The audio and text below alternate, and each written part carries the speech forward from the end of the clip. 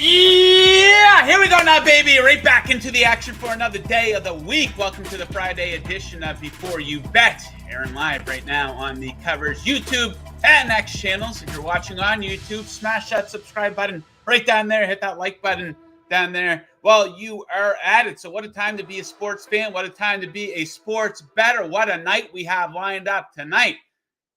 NFL draft, NBA playoffs, NHL playoffs, an avalanche of Major League Baseball games. There's a lot going on in the sports world right now. We are all over it on today's show. If you guys want to participate in the show, it is very easy to do so. Hit up the live chat right now on YouTube or over on X. Let us know what you're betting on tonight. Anything for the NFL draft, something under the radar that we should get down on. NBA, Major League Baseball, NHL, let us know what you are betting on.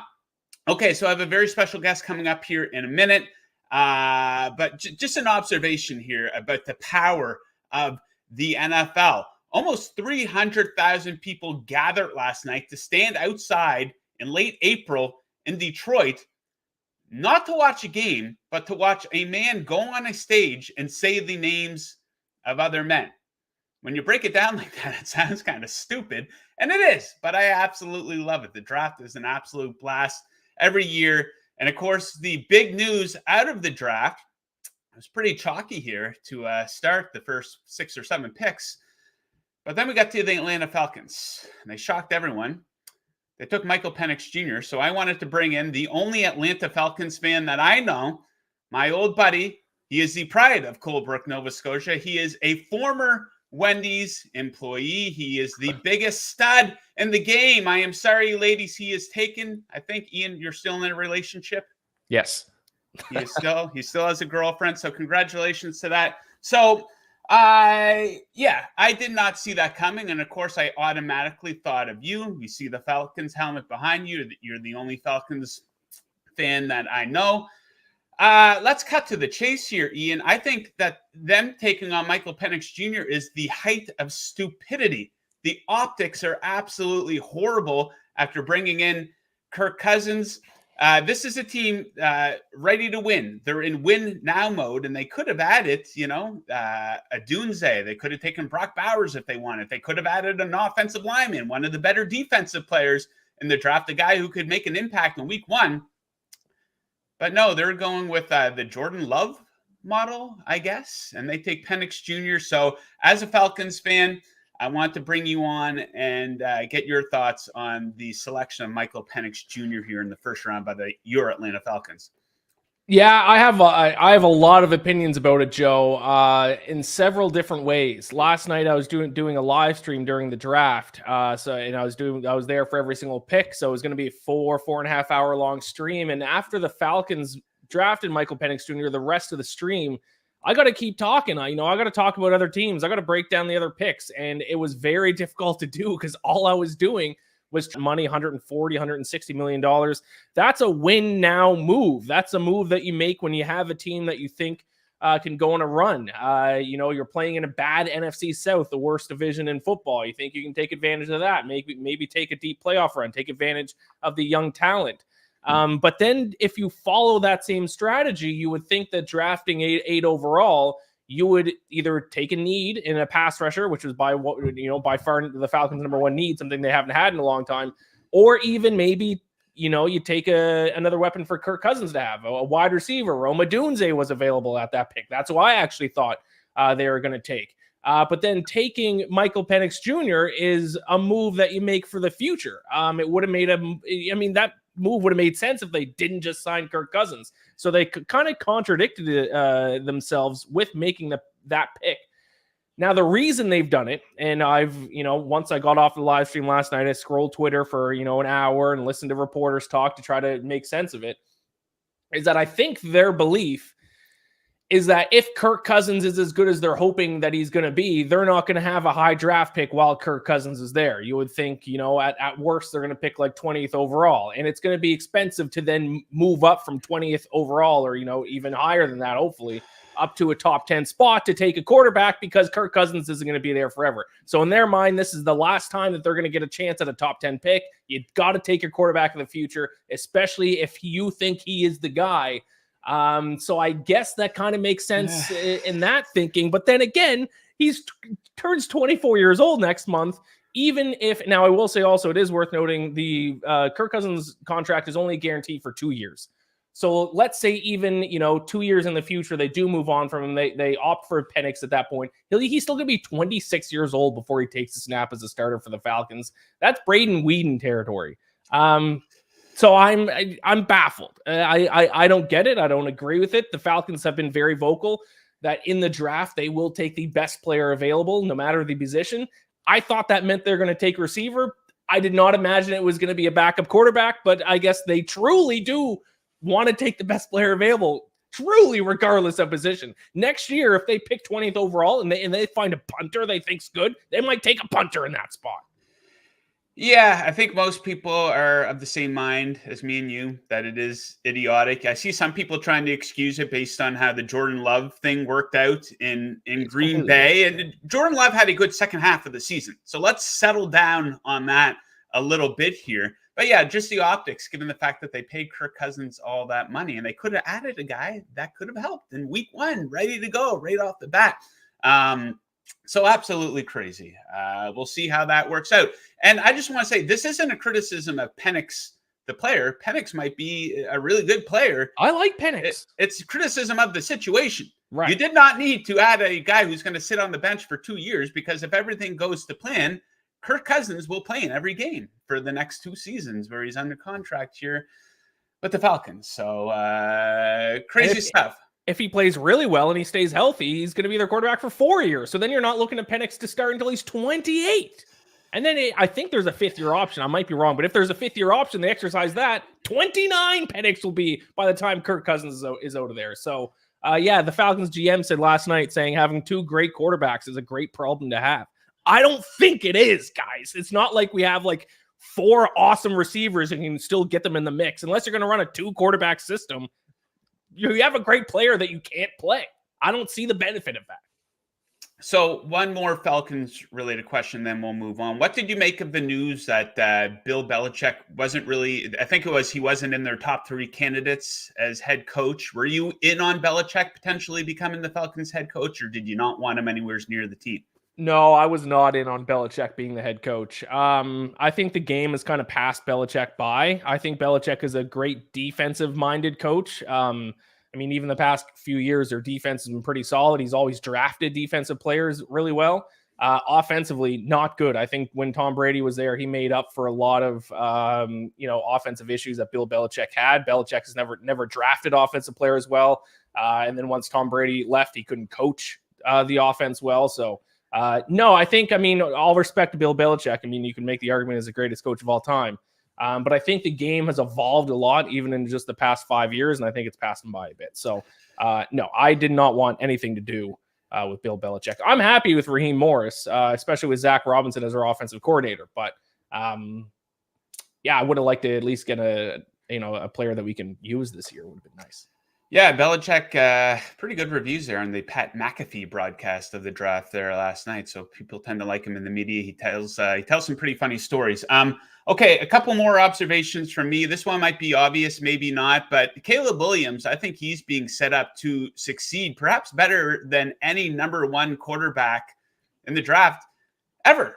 You see this receiving group? He's got DJ Moore, Keenan Allen, who's getting older, yes, but he's still good. And then they had Rome Odunze, pretty decent tight end pairing. Cole Kmet, Gerald Everett, running back DeAndre Swift, and Khalil Herbert. Now the offensive line will need to improve. I don't know about Matt Eberflus, but this guy's being set up to be an absolute superstar. Compare what he has to what Bryce Young had last year. His top receiver was Adam Thielen.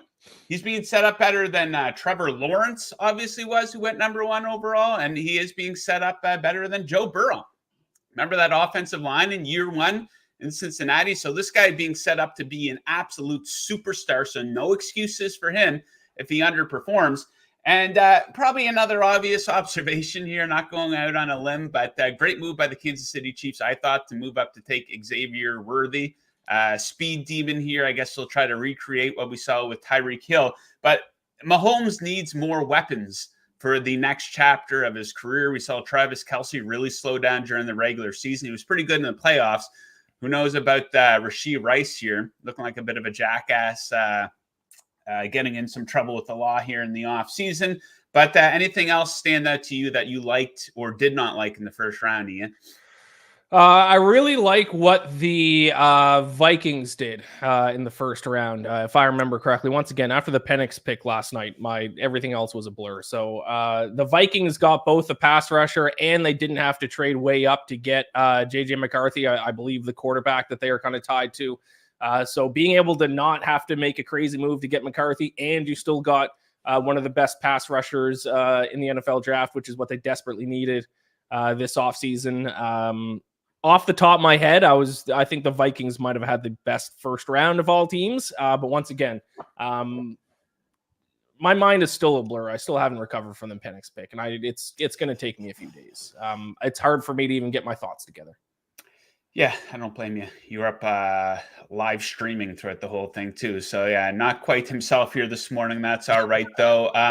Guys, close to 800 viewers watching live right now across YouTube and X. Live chat fairly active. Hit it up. Let us know what you are on tonight. Producer Dell chiming in. Dolphins to not make the playoffs, plus 134. Lock it in. What do you have against Chop Robinson, the steal of the draft for the Dolphins? What a pick this guy is. Oh, my God. I can't believe he fell that far to Miami. I got to add here, guys, if you don't know Ian, so the pain and torture of being an Atlanta Falcons fan, he's also a Toronto Maple Leafs fan. Yeah, great. Ian, before we let you out the door here, NHL stack schedule here tonight in the playoffs. I know you're picking, I think, every game. Is there anything that you especially like on the board tonight? Yes, and I will say, yeah, the pain of 2 nights ago to watch my Leafs lose to the Bruins with Brad Marchand, that rat scoring a game winner and the empty netter, to then the Falcons last night, and now tomorrow night, guess what? I'm treated to having to watch the Leafs again, and it's probably not going to go well. NHL picks tonight, yeah, I am betting on every single game. I would say my favorite pick, it is chalky. I mean, don't hate me too much for giving out a kind of a decent favorite here, but I think the Avalanche are leagues above the Jets. If you look at some of their advanced numbers from the first 2 games, they have an expected goal differential against the Jets of plus 2.48 per 60 minutes. And that was in 2 games that were in Winnipeg, and now it goes back to Colorado tonight. I know the Avalanche are like minus 170 favorites, so, this is not exactly a hot take. But I think the Avalanche might just completely dominate the Jets tonight. So if you want to get aggressive, take puck line as well. But in terms of the numbers, yeah, I still think there's plenty of value on the Avalanche, despite being pretty big favorites.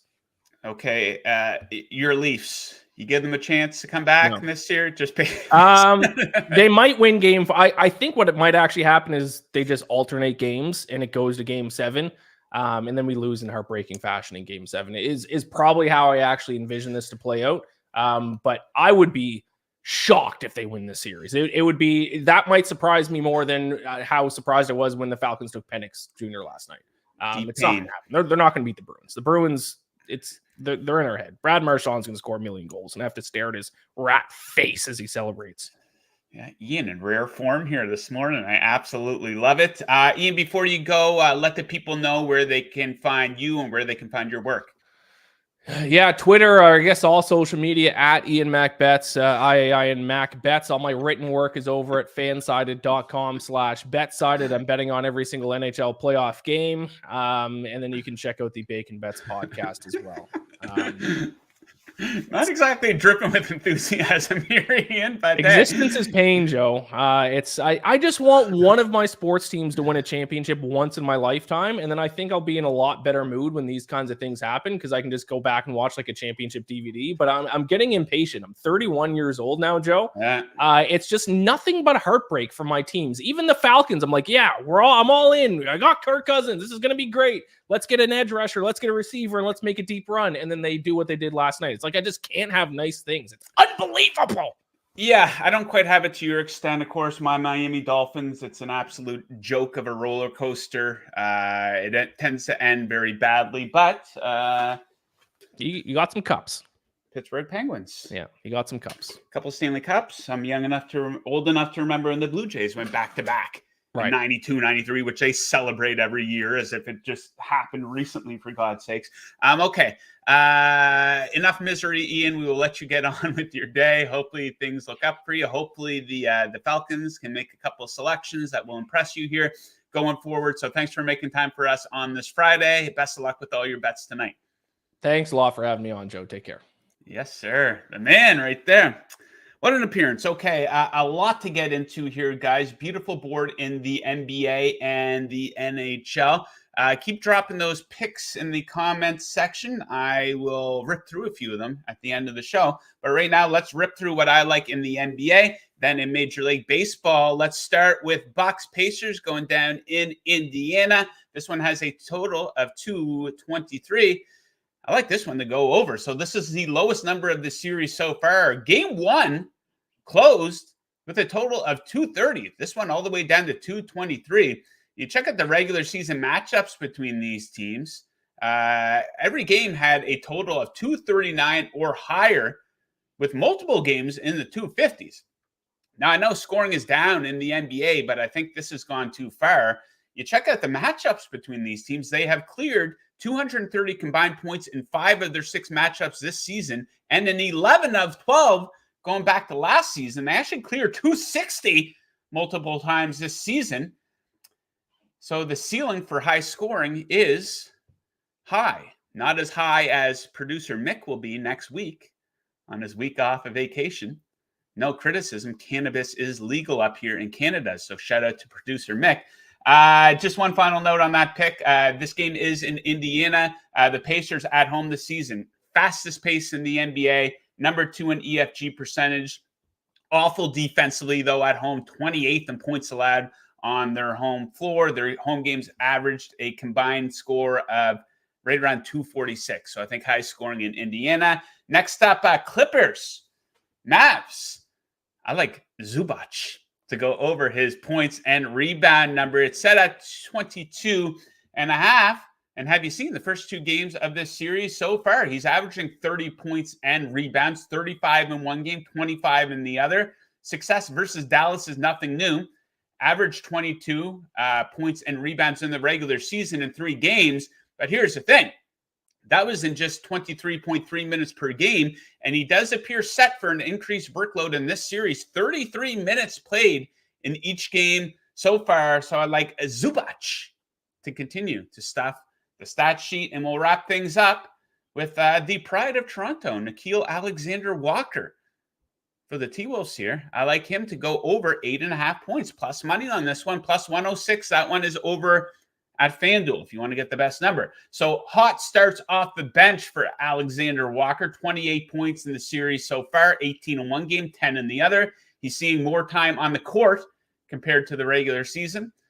These teams tend to shorten their benches in the playoffs, as we know. 29 minutes in one game, 31 in the other. And that's notable because he only averaged 23.4 minutes during the regular season. And what does more time on the court equal? It equals more shots. So he's topped 8.5 points in 12 straight games and in 18 of 19 in the regular season when he took at least 9 shots. In this series so far, he's taken 10 and 12. So Alexander-Walker, an under the radar play there, over 8.5 points. Okay, let's get into Major League Baseball.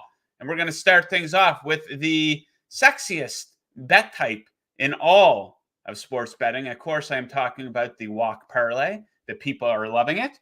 We have one lined up here for tonight. Chris Bassett of the Blue Jays and Nate, the great Eovaldi, both have over 1.5 walks, plus 147. People ask me all the time, where do you bet walks at?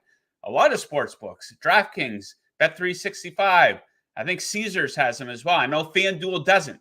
So look around if you like betting walks like I do. So Chris Bassett first. He's walked 2 or more in all 5 of his starts this season. 3 or more walks 3 times. He started last season with a lot of walks too, so a bit of a pattern there for him. He's taking on a Dodgers lineup that has the 2nd highest walk percentage versus right-handed pitching this season. 10 walks in 3 starts. In his last 3 starts, meanwhile, for Nate the Great Eovaldi, at least 2 in all 3. And he's taking on the Cincinnati Reds, who have the 2nd highest walk percentage versus right-handed pitching over the last 2 weeks. So the walk parlay for tonight, Bassett and Eovaldi. Next up, I got some under the radar plays here today. How about Jose Butto? Do we have any fans of Jose Butto? Butto of the Mets here? I like him to go over 15.5 outs recorded, plus 105, a little bit of plus money on that one. So he's looking pretty good here. He's reached 18 outs in 2 of 3 starts this season, and he reached 18 outs on 90 and 91 pitches. The game he doesn't was against the Dodgers, so we can't really kill him too much for that. He's taking on a Cardinals lineup that has been awful versus right-handed pitching, 27th in OPS. Also, early game offense has been hard to come by for the Cards, 29th in runs scored in innings 1 through 5. So I think he's going to have an excellent shot sticking around in this one. So Butto of the Mets, over 15.5 outs recorded. Then we go out to Seattle. Emerson Hancock. Do we have any fans of Emerson Hancock watching the show today? Let us know in the live chat. The young man, 24 years old. I'm going to take him to go over 16.5 outs recorded, minus 105. So pretty clean results for him in 3 of 4 starts. Like I said, 24 years old. Good for him. So he got rocked by the Brewers in one game, but outside of that, 3 separate starts where he allowed 5 base runners or less. He's easily topped this number of 16.5 in his last 2 starts, both times in under 90 pitches, including one game, 74 pitches against the Cubs. Maybe sneaky here. You probably don't know about this. Maybe you do, depending on your level of handicapping. But he's taken on the D-backs who are really struggling against right-handed pitching right now. 27th in OPS versus righties over the last 2 weeks. So the young man, let's rally around him tonight, people. Emerson Hancock, over 16.5 outs. Yeah, I added him to my fantasy team tonight, too. Spot start because of Luzardo, I think, got scratched from his start today. Rough start to the season for him. Okay, let's rip through the live chat here quickly. Luke Murphy asking, since you are the walk guru, what do you think about Allen over 1.5 walks today? I was indifferent about that one. I passed on it. I know he's going up against the Braves. I would lean towards the over there. It escapes me what the number was. Maybe something to throw into a parlay. But yeah, Allen absolutely stinks. Patrick McWhorter, a regular here in the comments section. Atlanta Falcons, Super Bowl champs. Could you imagine? Michael Penix. There we go. Chip Pillar, some hockey. I'm on Colorado over 6.5. If Prez likes it, I do. Now, is he referring to Dave Portnoy there? President? Maybe we'll try to get him on the show sometime. Tanner Holden, yeah, asking, kind of rubbing it in. Yeah, the Broncos, they kind of maybe reached on a quarterback as well. Chip Pillar, leaning Nashville, like Colorado, 3-way money line. Yeah, that's how you get a little bit of a better number. Plus 105, that's not bad at all. What else do we have here? We have producer Dell was being a jackass. Patrick McWhorter also likes the Canucks money line. Jingles, we got to get this guy on to talk some hockey here. He has a great hockey show here on the Covers YouTube channel. By the way, if you guys are looking for more NHL betting content, one of the best shows NHL betting wise that there is. So make sure that you check that out. Make sure you subscribe to the channel here so you don't miss it. Oh my God, this is some soccer. I think all first half over, half a goal in Netherlands Division 2 at 2 p.m. I don't even know what the hell he's talking about. Netherlands Division Soccer. Okay, we'll take your word for it. Shootout in Colorado tonight. BTTS, first P, plus 160. Great price at SGM with a 6.5 total. Yeah. What is it they say? 3 + 3 = 7. Dell weighing in. He likes the Bucks as an underdog here, plus 6.5. Yeah, I could see them bouncing back. Also likes the Suns to bounce back. Mega lock parlay. I don't like throwing spreads into parlays, but to each their own. Yeah, it'll be interesting. The Suns look kind of dead, right? But we thought the same about the Sixers and especially the Magic. They bounced back at home there last night, so I could see the Suns doing the same thing. And then Jingle's having some fun with emojis there. The other covers analyst said Butto under 5.5 strikeouts. Yeah, that very well might be the case here. But yeah, that doesn't mean he won't go over his outs recorded total. I don't think the Cardinals have an extremely high strikeout percentage. So, yeah, hopefully a lot of grind balls for outs so we can both cash our bets there. And both teams to score. Yeah, he knew I was struggling with that BTTS one. So, yeah, a repeat of that one. Shootout in Colorado. Both teams to score in the first period, plus 160. I didn't know what he was talking about. But we got that one now. Okay, guys. So that does it for today's show. Covered off a lot here in 25 minutes. We thank Ian very much again for joining. Make sure you follow him and all of his great work. Check out the Covers YouTube channel here if you're looking for more stuff to bet on tonight. We got some Major League Baseball. We got some NHL up there already. There's a UFC card tomorrow. We have a video up for that with a bunch of best bet breakdowns. And yeah, it's going to be a great weekend here of sports betting. So we thank you guys very much for joining. Best of luck with your bets, and we will catch you again on Monday. Woo!